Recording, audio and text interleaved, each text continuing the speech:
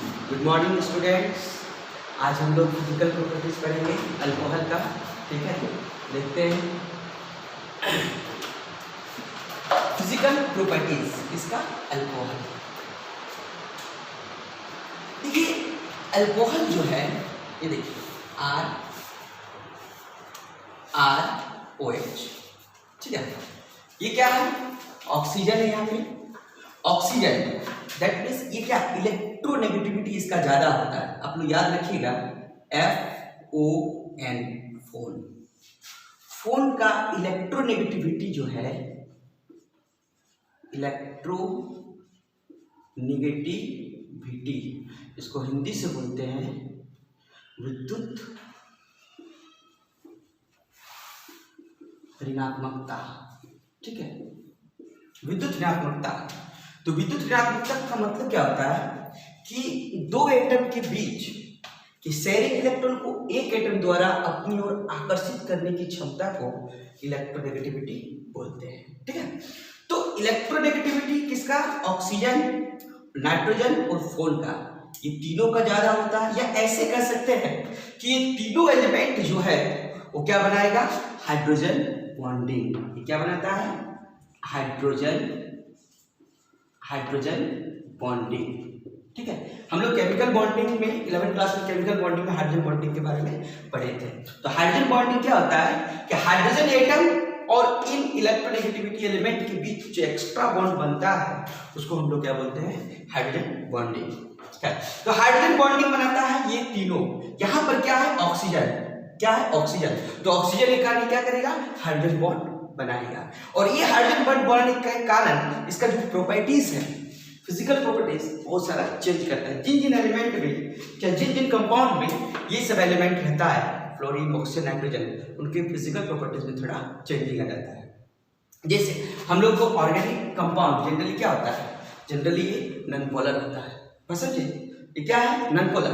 और non polar compound जो है वो नॉन पोलर सॉल्वेंट में ही, या फिर बोल सकते हैं नॉन पोलर सॉल्यूट जो है वो नॉन पोलर सॉल्वेंट में खुलता है और पोलर सॉल्यूट पोलर सॉल्वेंट में खुलेगा।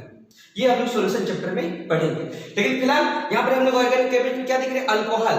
ठीक है, यहाँ पर देखिए ध्यान से, ऑक्सीजन है। क्या है? ऑक्सीजन।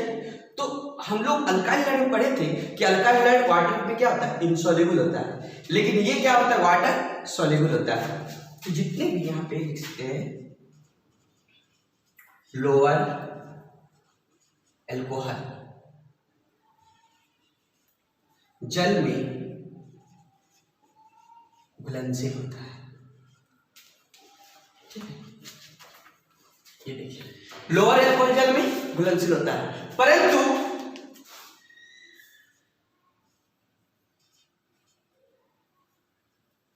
परंतु अल्कोहल में जैसे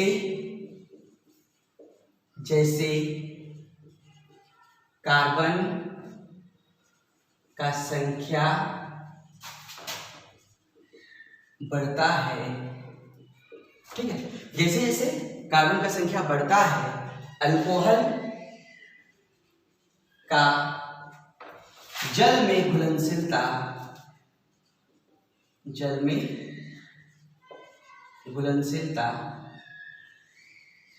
घटता है। ठीक है, यहां पर दो बातें हैं। पहला, ये जल में घुलनशील है।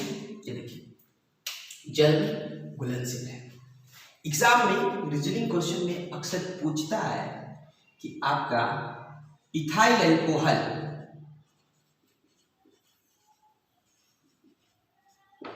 जल में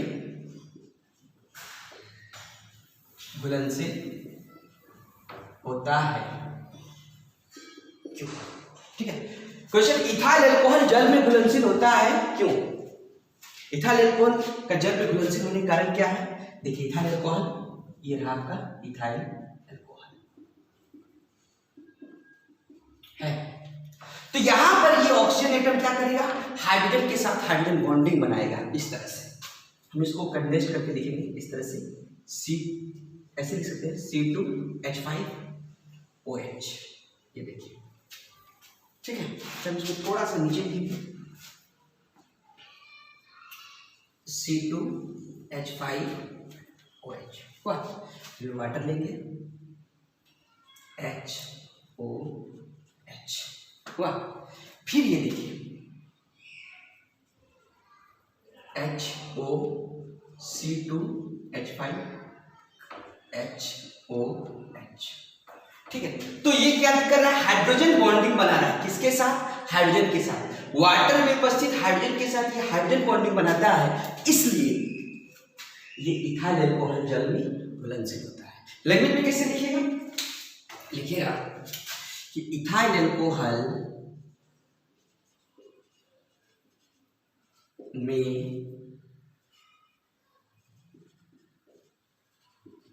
उपस्थित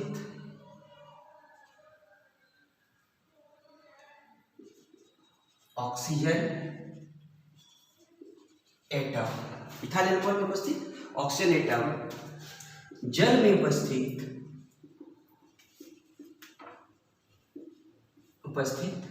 हाइड्रोजन एटम के साथ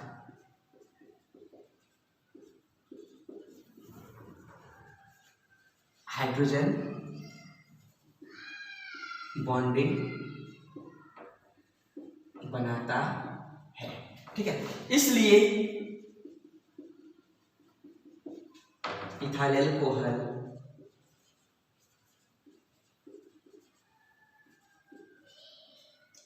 जल में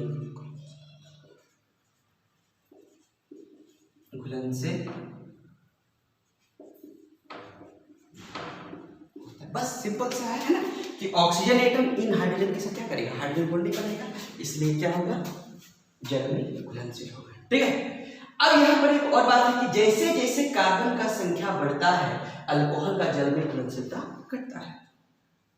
अब देखिए यहाँ पर क्या होता है कि कार्बन बढ़ने का मतलब क्या, अल्काइल ग्रुप क्या होगा, बढ़ेगा, ये बात सही है। ये देखिए OH अल्कोहल है, ठीक है। तो जैसे जैसे कार्बन की संख्या बढ़ेगा इसका पोलरिटी जो है, कंपाउंड का पोलरिटी क्या होता है, घटने लगता है। पोलरिटी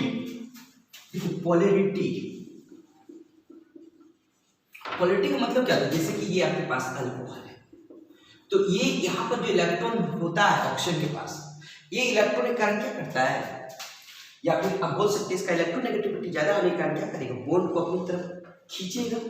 इसके बॉन्ड के खींचने के कारण यहाँ पर चार्ज उत्पन्न हो जाता है, यहाँ पर डेल्टा माइनस और ये डेल्टा प्लस, फिर यहाँ डेल्टा माइनस, यहाँ पर क्या होगा, डेल्टा प्लस। तो ये जो माइनस चार्ज दिख रहा है ना आपको, इस चार्ज के कारण इसको हम क्या बोलेंगे, ये कंपाउंड क्या है, पोलर कंपाउंड है। तो जैसे जैसे कार्बन की संख्या बढ़ते जाएगा तो ये क्या है, ये अल्काइल ग्रुप नॉन पोलर होता है। तो जैसे जैसे अल्काइल ग्रुप बढ़ते जाएगा वैसे वैसे इस कंपाउंड का पोलरिटी क्या होगा, घटते जाएगा, और इसके पोलरिटी घटने के कारण इसमें घुलनशीलता क्या होगा, घटने लगेगा, ठीक है। तो यहाँ पर एक क्वेश्चन आएगा, फिर हम बताएंगे कि हाइयर अल्कोहल जल में अघुलनशील होता है, जल में इनसॉल्युबल होता है, क्यों।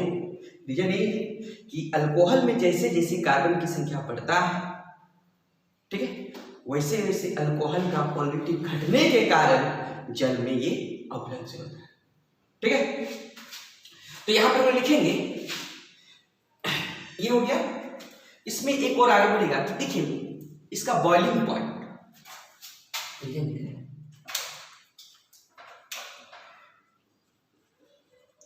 लगभग समान मॉलिक्यूलर मास वाले अल्काइल हैलाइड, ठीक है, ईथर, एल्केन, ठीक है, एल्केन ETC, एल्केन के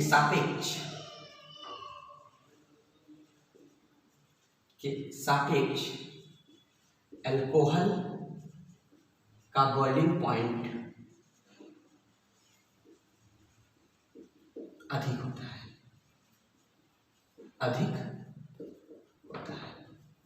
यहां भी एक प्रश्न हो गया कि हम लोग जो पढ़े थे अल्काइल चैप्टर में कि जिसका मॉलिक्यूलर मास ज्यादा होगा उसका बॉइलिंग पॉइंट ज्यादा होगा, लेकिन यहाँ पर क्या देख रहे हैं कि अल्कोहल लगभग समान मॉलिक्यूलर मास यदि है तो क्या होगा, अल्काइलाइड है, ईथर है, अल्केन है, इससे बॉइलिंग पॉइंट अल्कोहल का ज़्यादा होगा। क्यों? रीजन ये है कि इन तीनों में हाइड्रोजन बॉन्डिंग नहीं बनता है, अल्कोहल में हाइड्रोजन बॉन्डिंग बनता है। तो हाइड्रोजन बॉन्डिंग बनने के कारण इसका एक मॉलिक्यूल दूसरे मॉलिक्यूल से क्या होता है, एसोसिएट हो जाता है, जुड़ जाता है, जिस कारण इसको ब्रेक करने के लिए ज़्यादा ऊर्जा लगता है। इसलिए हायर अल्कोहल इसलिए अल्कोहल का जो बॉइलिंग पॉइंट है इन तीनों के अपेक्षा क्या होता है, ज़्यादा होता है। ये बात समझ में?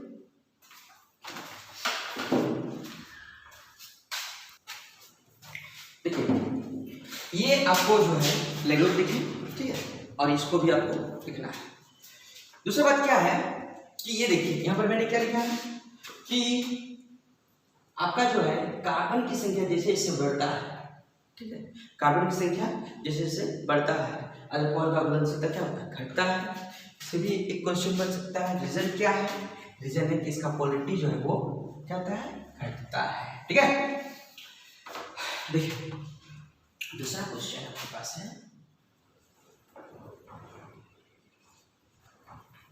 हायर अल्कोहल जल में अघुलनशील होते हैं, क्यों? ठीक है, हायर अल्कोहल जल में अघुलनशील होते हैं, क्यों? तो मैंने अभी जस्ट बताया कि जैसे इस अल्कोहल में कार्बन की संख्या बढ़ता है, ठीक है, अल्कोहल का पोलरिटी क्या होता है, घटने लगता है, इसलिए हायर अल्कोहल जल में अघुलनशील होता है। ऐसे लोग ये लिखना है, ठीक है, अल्कोहल में जैसे जैसे कार्बन का संख्या बढ़ता है, अल्कोहल का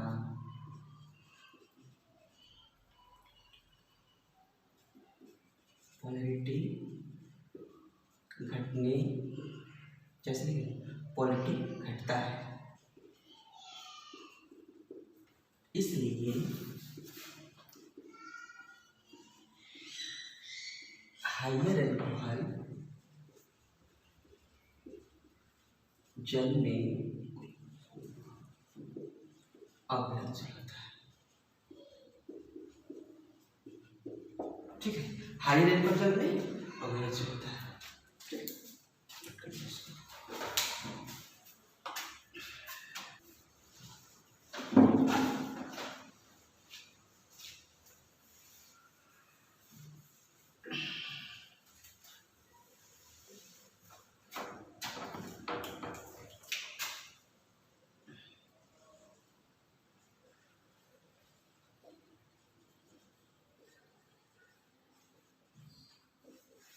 इसका केमिकल प्रॉपर्टीज है ना, देखिए अल्कोहल का केमिकल प्रॉपर्टीज हम लोग पढ़ने वाले हैं, लेकिन इससे पहले कुछ बातें आपको इसमें जानना है।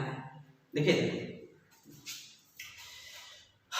अल्कोहल है आपके पास RH, ठीक है, ये अल्कोहल है ना, तो ध्यान दीजिए, इसको मैं दो तरह दिखाऊंगा। एक आपके पास OH, delta minus delta plus, ठीक है, और एक इधर है RO, delta minus delta plus, ठीक है।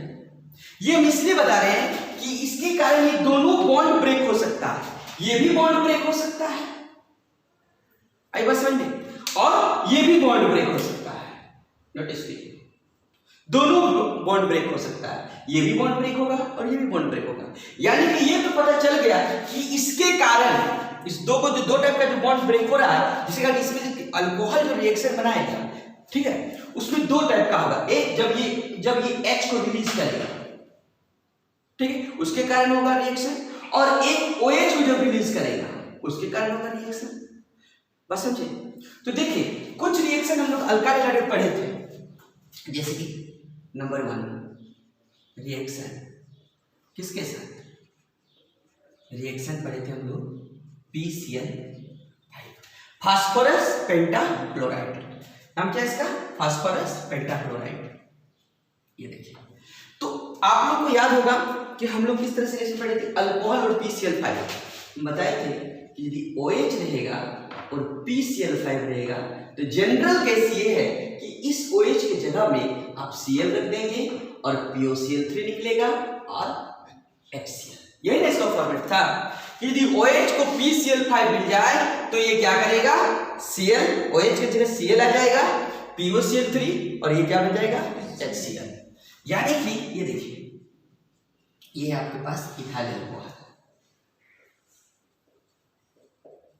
इथाइल अल्कोहल किसके साथ, PCl5। तो OH की जगह में हम लोग क्या करेंगे, Cl रख देंगे और फास्फोरस ऑक्सीक्लोराइड POCl3 HCl। ये रिएक्शन पढ़े आपको याद है, ये इथाइल क्लोराइड। ठीक है, लैंग्वेज तो एक बार पढ़ चुके हैं आप लोग, फिर भी देख लीजिए। Ethyl alcohol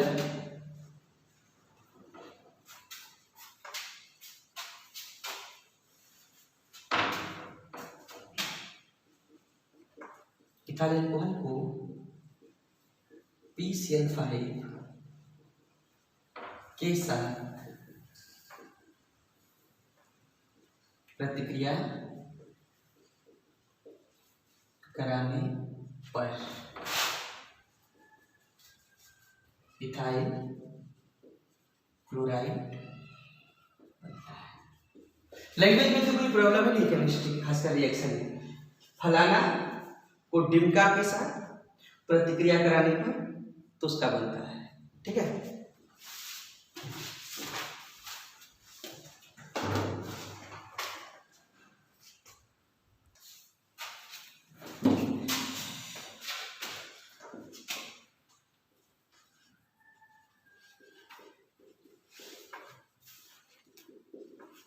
reaction with PCl3।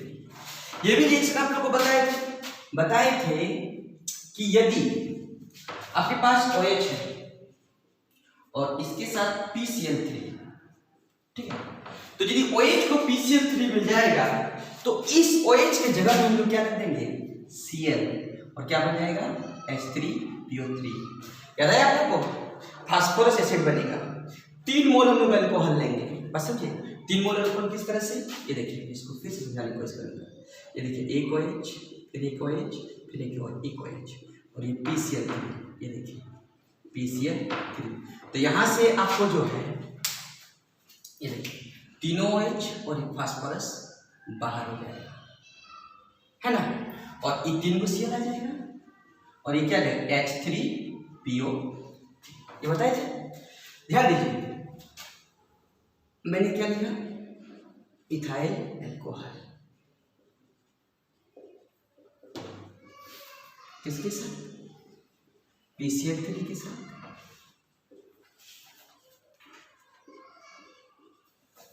ये बन जाएगा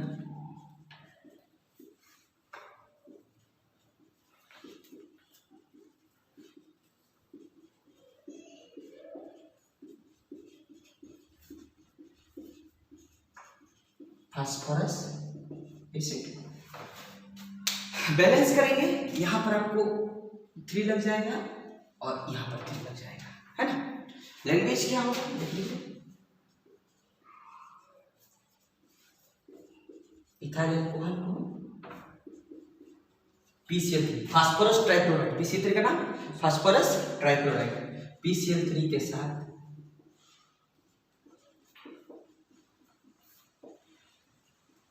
प्रतिक्रिया कराने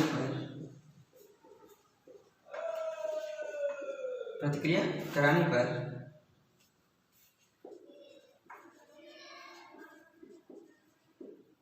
इथाइल क्लोराइड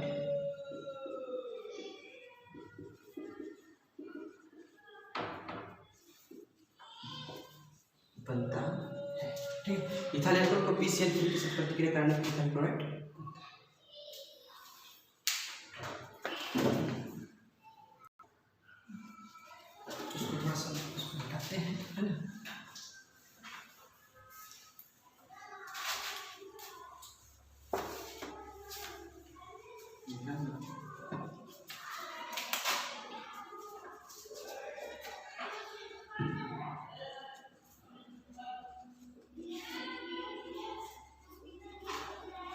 इसका नाम थायोनाइल क्लोराइड।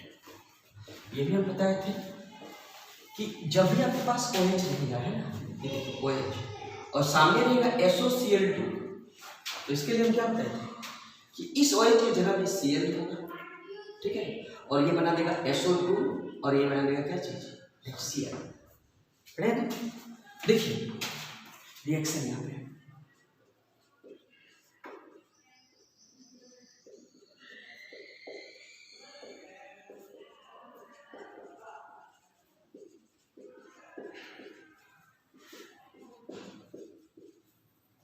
SOCl, है ना, इस OH की जगह में